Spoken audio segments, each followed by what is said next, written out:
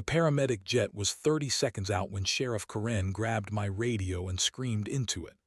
Air traffic control, shut down that helicopter immediately. I am placing this beach under emergency lockdown. I watched in horror as she turned to me with that twisted smile I had grown to hate. Behind her, a man was drowning. In front of her, I was about to become her next victim. That was the moment I realized Karen would rather watch someone die than admit she was wrong. The morning sun painted Crystal Bay Beach in shades of gold and amber as I walked across the sand toward the Lifeguard Tower. 23 years I had been doing this job. 23 summers of watching over families, teaching kids to swim, and keeping our little slice of paradise safe. My name is Marcus Rivera, and I was the head lifeguard at the most beautiful beach on the California coast. My team was already setting up for what looked like another busy Saturday. Jenny, my assistant lifeguard, was checking the rescue equipment while Tommy and Sarah prepared the first aid station. The ocean was calm that morning, with gentle waves lapping against the shore. Families were beginning to arrive, spreading their colorful blankets across the warm sand. "Morning, Marcus," Jenny called out as she tested the radio. "Perfect conditions today. Water temperature is 72 degrees, no rip current warnings, and visibility is excellent." I climbed the wooden steps to our lifeguard tower and surveyed the beach. Everything was exactly as it should be. Parents were applying sunscreen to their children. Couples walked hand in hand along the water's edge. The ice cream vendor was setting up his cart near the parking lot. This was why I loved my job. This peace, this simple joy of people enjoying the ocean safely. At exactly 9:15, a white patrol car pulled into the beach parking lot. Sheriff Karen Hutchins stepped out, adjusting her uniform and placing her wide-brimmed hat on her head. She was a tall woman with sharp features and cold blue eyes that seemed to take inventory of everything around her. I had seen her around town, of course. Everyone knew Sheriff Karen. She had a reputation for being tough on crime, but also for being difficult to work with. She walked across the sand toward our station, her boots leaving deep impressions behind her. "Morning, Rivera," she said with a nod. Her voice was crisp and professional, but there was something in her tone that immediately put me on edge. "Good morning, Sheriff," I replied. "Beautiful day for the beach." She looked out at the water with an expression I could not quite read. "Indeed it is. I trust everything is running smoothly here." Before I could answer, the radio crackled to life. It was the Coast Guard emergency channel. "Crystal Bay Lifeguard Station. We have a swimmer in distress approximately 200 yards northeast of your position. Adult male, appears to be struggling against an unexpected current. Please respond immediately." My training kicked in instantly. "Copy that, Coast Guard. Lifeguard unit responding." I turned to Jenny. "Get the rescue jet ski ready. Tommy, prepare the medical kit. Sarah, clear a path from the water to the parking lot." That was when Sheriff Karen stepped directly in front of the lifeguard tower and placed her hand on my chest. "Hold on there, Rivera. I need to conduct some official business here first." I stared at her in disbelief. "Sheriff, we have an emergency situation. Someone is drowning out there." She glanced casually toward the water, then back at me. "I am sure they will be fine for a few more minutes. This cannot wait." I could not believe what I was hearing. A human being was fighting for their life in the ocean, and Sheriff Karen was talking about paperwork. I stepped around her and headed toward the rescue equipment, but she moved quickly to block my path again. "Sheriff, I need you to move," I said, trying to keep my voice calm and professional. "Every second counts in a water rescue." She crossed her arms and planted her feet firmly in the sand. "And I need you to listen when a law enforcement officer is speaking to you. I have jurisdiction over this beach, and I am conducting an official investigation." Jenny ran up to us, her face flushed with urgency. "Marcus, the Coast Guard is saying the swimmer is going under. We need to go now." Karen turned to Jenny with a look that could freeze fire. "Deputy Rodriguez will handle any water emergencies today. You civilians need to step back and let the professionals work." "What deputy?" I asked. "Where is this deputy?" Karen reached for her radio and spoke into it with deliberate slowness. "Dispatch, this is Sheriff Hutchins. I need a Marine unit at Crystal Bay Beach for a possible water rescue." I grabbed my own radio. "Coast Guard, this is Marcus Rivera, head lifeguard at Crystal Bay. We are ready to respond immediately. What is the swimmer's current status?" "Lifeguard Rivera, the subject has gone under twice in the last 30 seconds. This is now a critical emergency." The blood drained from my face. Someone was dying and this woman was playing games. I looked Karen directly in the eyes. "Sheriff, I am going to ask you one more time to please move so we can save this person's life." She stepped closer to me, close enough that I could smell her coffee breath. "And I am going to tell you one more time that you will wait for my deputy. This beach has been the site of multiple complaints about unsafe lifeguard practices. I am here to observe your response protocol." "What complaints?" Jenny asked. "We have never had any complaints."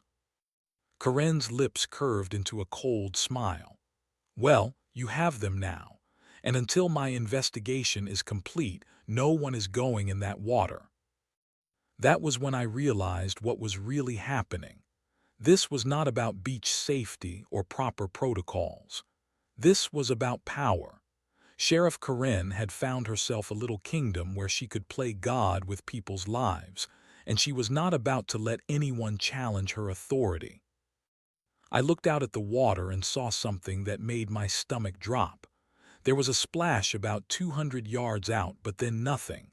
No head bobbing above the surface. No arms waving for help. Just empty ocean. "He went under," Tommy said quietly. "Marcus, he went under and he is not coming back up." Sheriff Karen glanced at her watch as if she was timing something. "Well, I suppose we will see how long it takes my Marine unit to arrive." I stared at her in absolute horror. This woman was going to let someone drown to prove a point. She was going to watch a human being die rather than admit she was wrong about her authority over a beach rescue. "You are insane," I whispered. Her eyes flashed with anger. "What did you just say to me?" "I said you are insane if you think I am going to let someone die while you play your power games."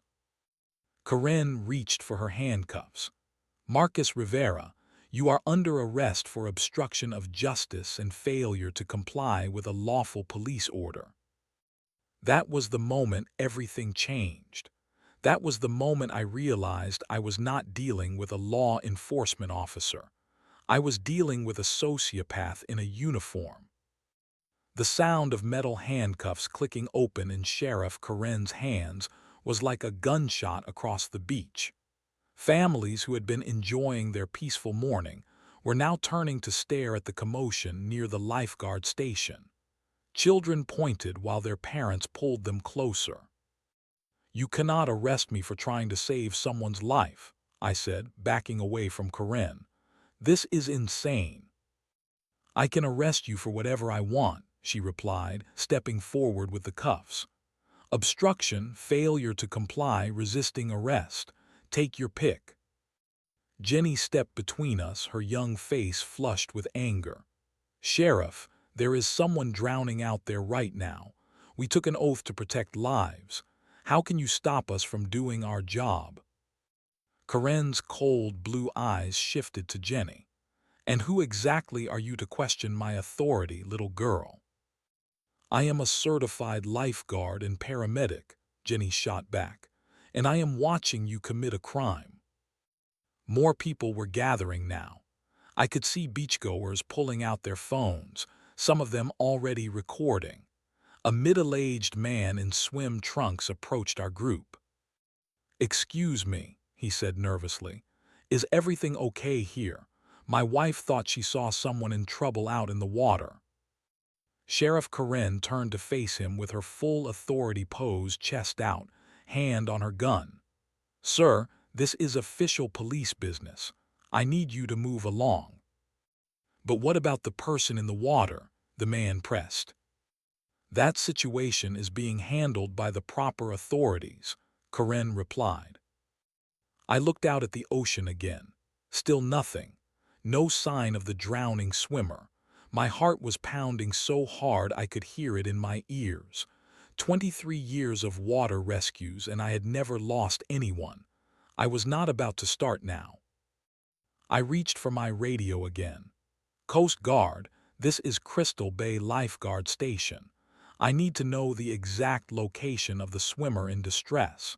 We are experiencing interference from local law enforcement." Karen's face turned red with rage. She lunged for my radio, but I pulled it away just in time. "Coast Guard, please repeat the swimmer's last known position." The radio crackled. "Lifeguard Rivera, we have lost visual contact with the subject. Last seen position was 200 yards northeast of your tower. We are dispatching a helicopter for aerial search and rescue."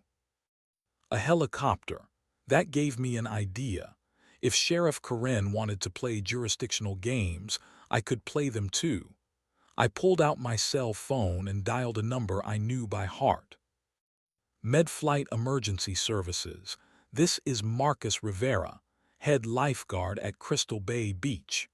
I need immediate helicopter dispatch for water rescue. We have a drowning victim and are being prevented from launching our rescue equipment by local law enforcement." Sheriff Karen's eyes went wide. She had not expected me to go over her head, but I was not done yet. "Sarah," I called to my youngest team member, "get on the radio to County Emergency Services. Tell them we have a lifeguard emergency at Crystal Bay and request immediate backup." "You cannot do that," Karen sputtered. "I am the ranking law enforcement officer here."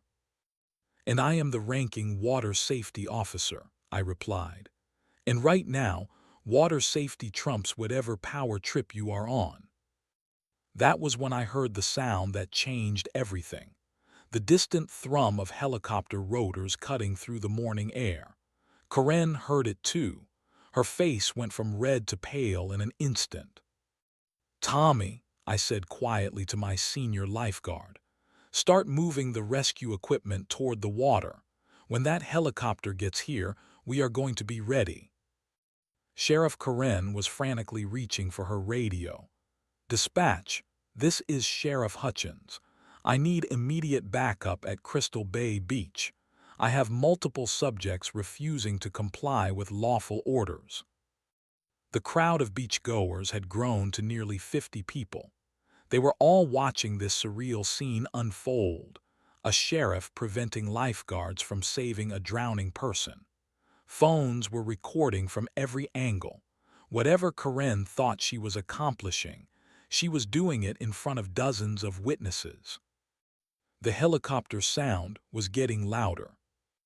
The red and white Medflight helicopter appeared over the horizon like an angel of mercy. Sheriff Karen's face twisted into an expression of pure fury as she realized her jurisdiction did not extend into the airspace above Crystal Bay Beach. "Air traffic control," she barked into her radio. "This is Sheriff Karen Hutchins. I need you to ground any aircraft approaching Crystal Bay Beach immediately. This is a law enforcement emergency." I stared at her in disbelief. She was actually trying to prevent a medical helicopter from responding to a drowning. The crowd of beachgoers around us had grown to nearly 100 people, and they were getting angry. "Are you kidding me right now?" shouted a woman holding her toddler. "Someone is drowning and you are worried about your ego." "This is unbelievable," said another voice from the crowd. "I am recording this whole thing." Sheriff Karen's backup finally arrived, two patrol cars with lights flashing. Deputies Martinez and Johnson climbed out, looking confused about what they were walking into. "Sheriff," Deputy Martinez called out as he approached, "what is the situation here?" "I have multiple civilians refusing to comply with lawful orders," Karen replied without taking her eyes off me. "I need you to arrest the head lifeguard for obstruction." Deputy Martinez looked out at the water, then at the approaching helicopter, then back at Karen. "Ma'am, is there someone drowning out there?" "That is not your concern right now," Karen snapped. "Your concern is following my orders." I could see the confusion in Deputy Martinez's eyes. He was a good man, someone I had known for years through community events. He coached Little League baseball and volunteered at the fire department. He was not the kind of person who would let someone drown for bureaucratic reasons.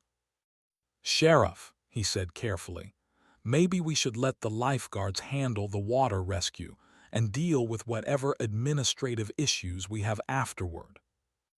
Karen's voice dropped to a dangerous whisper.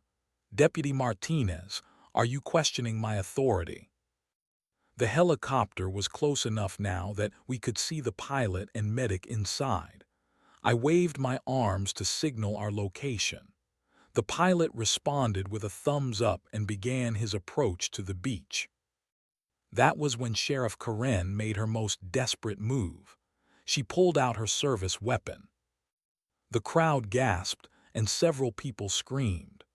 Parents grabbed their children and started backing away from the lifeguard station. "Nobody moves until I say so," Karen shouted over the helicopter noise. "That helicopter does not land until I clear this beach." Deputy Martinez and Deputy Johnson both looked horrified. Johnson actually took a step back from Karen, his hand moving instinctively toward his own weapon. "Sheriff," Martinez said slowly, "I need you to holster your weapon. We have civilians here, including children." "I will holster my weapon when these people start following orders," Karen replied. I looked at Jenny, Tommy, and Sarah. My team was scared, but they were ready. We had trained for water rescues under difficult conditions, but never anything like this. Never with a sheriff pointing a gun at us while someone drowned. The helicopter pilot was circling now, unable to land safely with an armed standoff happening on the beach. I could see him speaking into his radio, probably calling for law enforcement backup. That was when my phone rang. It was Captain Morrison from the county sheriff's department. "Marcus," his voice was tense, "I am getting reports that one of my officers is preventing you from conducting a water rescue. Is that accurate?" "Captain, Sheriff Karen Hutchins has her weapon drawn and is preventing med-flight from landing. We have a drowning victim who has been under water for over 10 minutes. There was a long pause. "Marcus, I need you to put Sheriff Hutchins on the phone right now." I held out my phone to Karen. "Captain Morrison wants to speak with you." She looked at the phone like it was a snake. "I am busy." "Sheriff," Deputy Martinez said firmly, "I think you should take that call." The helicopter was hovering directly above us now, creating a whirlwind of sand and noise. The crowd had grown to over 200 people. Cars were stopping on the coastal highway as drivers got out to see what was happening. Sheriff Karen finally holstered her weapon and snatched the phone from my hand. "Morrison, this is Hutchins. I have the situation under control." Even over the helicopter noise, I could hear Captain Morrison yelling through the phone. Whatever Captain Morrison said to Sheriff Karen, it worked. Her face went pale and she handed my phone back without saying a word. The helicopter pilot, seeing that weapons were no longer drawn, immediately began his landing approach. "Clear the landing zone," I shouted to the crowd. "Everyone back 50 feet from the lifeguard station." The beach erupted into organized chaos as people moved quickly to create space for the helicopter. Parents carried small children to safety, while teenagers helped elderly beachgoers move their chairs and umbrellas out of the way. The mid-flight helicopter touched down on the sand with practiced precision. Before the rotors had even stopped spinning, the side door slid open and paramedic Jake Harrison jumped out with his medical bag. I had worked with Jake before on several emergency calls. He was one of the best. "Marcus," Jake shouted over the dying rotor noise, "what is the situation?" "Adult male swimmer went under about 12 minutes ago," I called back. "Last known position 200 yards northeast of the tower. No visual contact since." Jake nodded grimly. 12 minutes underwater was pushing the limits of survival, even in optimal conditions. But I had seen people recovered after longer periods. There was still hope. "Let me get in there with you," I said, grabbing my rescue gear. Sheriff Karen stepped forward one last time. "Nobody is going anywhere until I complete my investigation." The crowd of beachgoers erupted in angry shouts. Someone threw a plastic water bottle that bounced off Karen's shoulder. Deputy Martinez quickly moved to position himself between Karen and the increasingly hostile crowd. "Sheriff," he said quietly, "I really think we should let them handle the rescue." Jake looked at Karen with the kind of expression paramedics reserve for people who interfere with emergency medical care.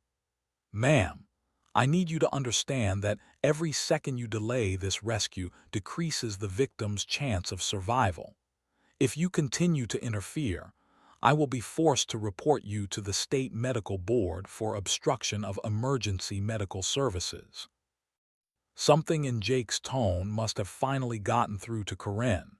She stepped aside, but her face was twisted with rage at being publicly humiliated.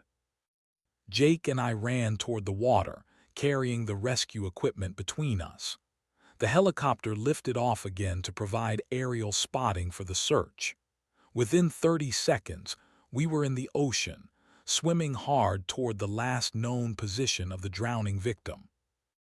The water was clearer than I had expected. At about 15 feet down, I could see something that made my heart race. It was a motionless figure floating near the bottom. I took the deepest breath of my life and dove down. The pressure in my ears built quickly as I descended toward the unconscious man. He was face down, his body completely limp. I grabbed him under the arms and kicked hard toward the surface. Jake was waiting with the rescue float when I broke through. Together, we got the victim onto the flotation device and began swimming back toward shore. I could not detect any breathing or pulse, but that did not mean it was too late. The moment we reached the shallow water, Jake took over. He immediately began CPR while I helped carry the victim onto the beach. The crowd formed a respectful circle, giving us space to work but staying close enough to witness what was happening. "Come on," Jake muttered as he compressed the victim's chest. "Come on, stay with us." 15 compressions, 2 rescue breaths. 15 compressions, 2 rescue breaths. Jake worked with the mechanical precision of someone who had done this hundreds of times. After what felt like an eternity but was probably only 90 seconds, the man's body convulsed. Water poured from his mouth as he began coughing violently. His eyes opened, confused and terrified, but very much alive. The crowd erupted in cheers and applause. I sat back on my heels, breathing hard and feeling the adrenaline finally start to fade. We had done it. Despite Sheriff Karen's interference, despite the delays and the threats and the drawn weapon, we had saved a life. The man was conscious now, trying to speak between coughs. "My name is David Chin," he gasped. "I got caught in a current. I thought I was going to die." "You are okay now," Jake said, checking David's pulse and breathing. We are going to get you to the hospital for observation, but you are going to be fine. As Jake prepared David for transport to the helicopter, I became aware that Sheriff Karen was standing behind me. I turned to face her, expecting an apology or at least some acknowledgement of what had just happened. Instead, she pulled out her handcuffs again. "Marcus Rivera," she said loudly enough for the entire crowd to hear, "you are under arrest for failure to comply with lawful police orders." The moment Sheriff Karen announced my arrest, the crowd of beachgoers exploded into outrage. Voices rose from every direction, creating a wall of sound that almost drowned out the helicopter rotors. "Are you insane?" screamed a woman holding her phone up to record. "He just saved someone's life." "This is police brutality," yelled a teenage boy. "He is a hero." Deputy Martinez looked absolutely mortified. He approached Karen with his hands raised in a calming gesture. "Sheriff, maybe we should discuss this privately before making any arrests." But Karen was beyond reason now. Her face was flushed red with humiliation and rage. She had been publicly defied and made to look like a fool in front of hundreds of people. The video recordings would be online within minutes, and she knew it. "Everyone back up," she shouted, pulling her weapon again. "This is an arrest in progress." That was her fatal mistake. The moment she drew her gun for the second time, while standing over a man who had just performed a heroic rescue, the crowd turned from supportive to actively protective. "Put that gun away," an elderly man shouted. "What is wrong with you?" "Somebody call the FBI," yelled another voice. "This is corruption." David Chen, the man we had just rescued, was sitting up on the medical gurney watching the scene unfold. Even though he was weak and disoriented, he could see what was happening. "Officer," he said to Karen in a hoarse voice, "that man saved my life. Why are you arresting him?" Karen ignored him completely. She was focused entirely on me, as if arresting me would somehow restore her authority and dignity. But it was too late for that. Way too late. My phone was buzzing constantly with text messages. I glanced at the screen and saw messages from friends, family members, and even strangers who had already seen videos of the incident online. "Marcus, Channel 7 News is running your story right now," read one text from my neighbor. "Dude, you are all over Twitter," said another from my cousin in Los Angeles. I looked around and realized that at least 30 people were actively recording the arrest. Every angle was being captured in high-definition video. Karen's career was being destroyed in real time, and she was too blinded by rage to see it. Jake the paramedic finished loading David Chen into the helicopter and walked over to where Karen was still trying to handcuff me. "Sheriff," he said in his professional paramedic voice, "I need to inform you that your interference today directly endangered the life of Mr. Chen. I will be filing a formal complaint with the State Medical Board, the County Sheriff's Department, and the State Attorney General's office." Karen's hand froze on the handcuffs. A complaint from a licensed paramedic carried serious weight. It could trigger investigations by multiple agencies. "You cannot file complaints against law enforcement," she said weakly. "Actually, I can and I will," Jake replied. "Interfering with emergency medical services is a felony in this state." More sirens were approaching. I could see additional police cars, fire trucks, and what looked like news vans racing down the coastal highway toward the beach. Word was spreading fast. Deputy Johnson approached Karen from behind. "Sheriff, I think we have a problem. Captain Morrison is on the radio. He wants to speak with you immediately, and he sounds really angry." Karen finally seemed to realize that the situation was spiraling completely out of her control. She looked around at the crowd of hostile faces, the recording phones, the approaching emergency vehicles, and the news crews setting up their cameras. "This is not over," she said to me, but her voice lacked conviction now. "Actually, it is," said a familiar voice behind her. We all turned to see Captain Morrison walking across the sand toward us, flanked by two internal affairs investigators. His face was grim, and his posture was all business. "Sheriff Hutchins," he said formally, "I need you to step away from the civilian and surrender your weapon immediately." Karen's face went white. "Captain, I can explain everything." "No explanation needed," Morrison replied. "I have been watching live video of this incident for the past 20 minutes. Half the county has been watching it. You are suspended from duty effective immediately pending a full investigation." The crowd cheered as Captain Morrison took Karen's weapon and badge. She looked stunned, as if she could not believe this was really happening to her. But it was just the beginning. The internal affairs investigation into Sheriff Karen Hutchins began within hours of the beach incident. What started as a single complaint about obstruction of emergency services quickly snowballed into something much larger and more damaging. Captain Morrison assigned Detective Lisa Park to lead the investigation. Detective Park was known throughout the county for her thoroughness and integrity. She did not play favorites, and she did not tolerate corruption in any form. "Mr. Rivera," Detective Park said as we sat in the conference room at the county sheriff's office 3 days after the beach incident, "I need you to walk me through everything that happened, from the moment Sheriff Hutchins arrived at the beach."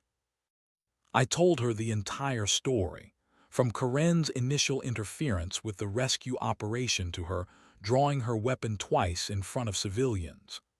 Detective Park took detailed notes and asked follow-up questions about timing, witnesses, and Karen's exact words. "Were there any previous interactions between you and Sheriff Hutchins?" she asked. "None," I replied. "I had seen her around town, but we had never spoken before that morning." "So this was not personal?" "Not from my end," I said, "but it seemed very personal from hers." That was when Detective Park told me something that made my blood run cold. "Mr. Rivera, you are not the first person to file a complaint about Sheriff Hutchins abusing her authority. In fact, you are the 7th person in the past 6 months." 7 people. Karen had been systematically abusing her power for months, and nobody had been able to stop her until now. "What were the other complaints about?" I asked. Detective Park consulted her files. "Illegal searches, false arrests, intimidation of witnesses, destruction of evidence, and in one case, sexual harassment of a female deputy." I felt sick to my stomach. The woman who had nearly let someone drown to prove a point had been terrorizing the community for months. Why was nothing done about these complaints? "Good question," Detective Park replied grimly. "That is part of what we are investigating now." Over the next 2 weeks, the investigation expanded far beyond the beach incident. The FBI became involved when it was discovered that Karen had been falsifying police reports and planting evidence in at least 3 cases. The state attorney general's office opened their own investigation into the county sheriff's department's handling of previous complaints against Karen. The local media coverage was relentless. Channel 7 News ran a week-long series called Sheriff Gone Bad that detailed Karen's pattern of abuse. The beach rescue video had been viewed over 2 million times on YouTube. National news outlets picked up the story as an example of police corruption in small-town America. But the most damaging evidence came from Karen's own body camera footage. The district attorney's office subpoenaed all of her recordings from the past year, and what they found was devastating. She recorded herself planting drugs in a teenager's car, Detective Park told me during one of our follow-up interviews. She actually recorded herself committing felonies and then filed false police reports claiming she found evidence during legitimate searches. How did she think she would get away with that? She thought she was untouchable, Detective Park replied. She had been getting away with smaller abuses for so long that she believed nobody could stop her. The teenager whose car had been used for drug planting was 17-year-old Michael Santos. His family had been fighting the charges for 8 months, insisting that Michael was innocent. The body camera footage proved they were right. Michael's mother, Elena Santos, held a press conference outside the courthouse after the charges against her son were dropped. "Sheriff Hutchins destroyed my family," she said through tears. "My son lost his scholarship to college because of her lies. We spent our life savings on legal fees. And for what? Because she enjoyed destroying people's lives." The civil lawsuits began almost immediately. Michael Santos and his family sued the county for $2 million. 3 other victims of Karen's false arrests filed similar suits. The county's insurance company estimated that the total liability could exceed $10 million. But the criminal charges against Karen were even more serious. The district attorney filed a 23-count indictment that included obstruction of justice, evidence tampering, false imprisonment, assault with a deadly weapon, and violation of civil rights under color of authority. Each count carries a potential sentence of 5 to 10 years in prison, the district attorney announced at a press conference. Sheriff Hutchins used her badge as a weapon against the people she was sworn to protect. That is not just a crime, it is a betrayal of everything law enforcement represents. Karen's lawyer, David Brennan, tried to argue that his client had been acting within her legitimate authority as sheriff. But the evidence against her was overwhelming. The body camera footage, the witness testimony, and the pattern of abuse were impossible to explain away. The trial was scheduled for 6 months later. Karen was released on bail, but only after surrendering her passport and agreeing to house arrest with electronic monitoring. As I watched her being led out of the courthouse in handcuffs, I felt a mixture of satisfaction and sadness. Justice was being served, but at a terrible cost to the community's trust in law enforcement. 6 months after the beach incident, Sheriff Karen Hutchins stood before Judge Margaret Chen for sentencing. The courtroom was packed with her victims, their families, and members of the community who had followed the case from the beginning. The jury had deliberated for only 4 hours before finding Karen guilty on all 23 counts. The evidence had been overwhelming, and her own body camera footage had sealed her fate. "Your Honor," Prosecutor Amanda Rodriguez said during the sentencing phase, "Karen Hutchins did not make mistakes. She did not have lapses in judgment. She systematically abused her authority to terrorize the community she was sworn to protect. She planted evidence, falsified reports, and on the day that brought her crimes to light, she nearly allowed a man to drown rather than admit she was wrong." Karen's lawyer made a brief plea for leniency, citing her 20 years of service and her lack of prior criminal history. But Judge Chen was not impressed. "Ms. Hutchins," the judge said, looking directly at Karen, "you were given a position of tremendous trust and authority. You were given a badge, a gun, and the power to arrest, detain, and investigate your fellow citizens. You used that power not to serve and protect, but to intimidate and destroy. The damage you have caused to individual lives and to the community's trust in law enforcement will take years to repair." Judge Chen sentenced Karen to 12 years in state prison, with the possibility of parole after 8 years. She also ordered Karen to pay full restitution to her victims, which totaled over $300,000 in legal fees, lost wages, and damages. As the bailiff led Karen away in shackles, she turned to look at me one last time.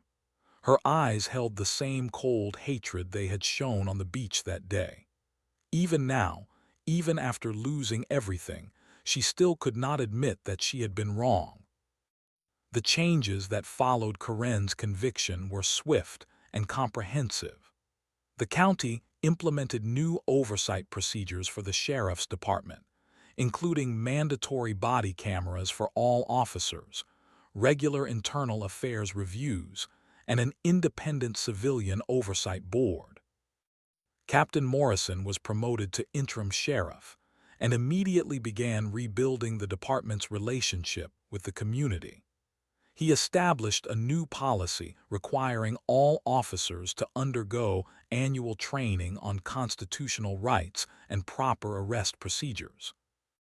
What happened with Karen Hutchins was a betrayal of everything we stand for, Morrison said at a town hall meeting. But it also taught us that we cannot take the community's trust for granted. We have to earn it every single day. The beach where it all began was renamed Rivera Rescue Point in honor of the successful water rescue. A small plaque was installed near the Lifeguard station that read, "In recognition of the courage to do what is right, even when it is difficult." David Chen, the man whose life we had saved, made a full recovery and became an advocate for emergency responder rights. He testified before the state legislature in support of a new law that made it a felony to interfere with water rescues or other emergency services. Marcus Rivera and his team risked their careers and their freedom to save my life, Chen said during his testimony. No emergency responder should ever have to make that choice again. The law passed unanimously and was signed by the governor 6 months later. As for me, I continued working as head lifeguard at Crystal Bay Beach.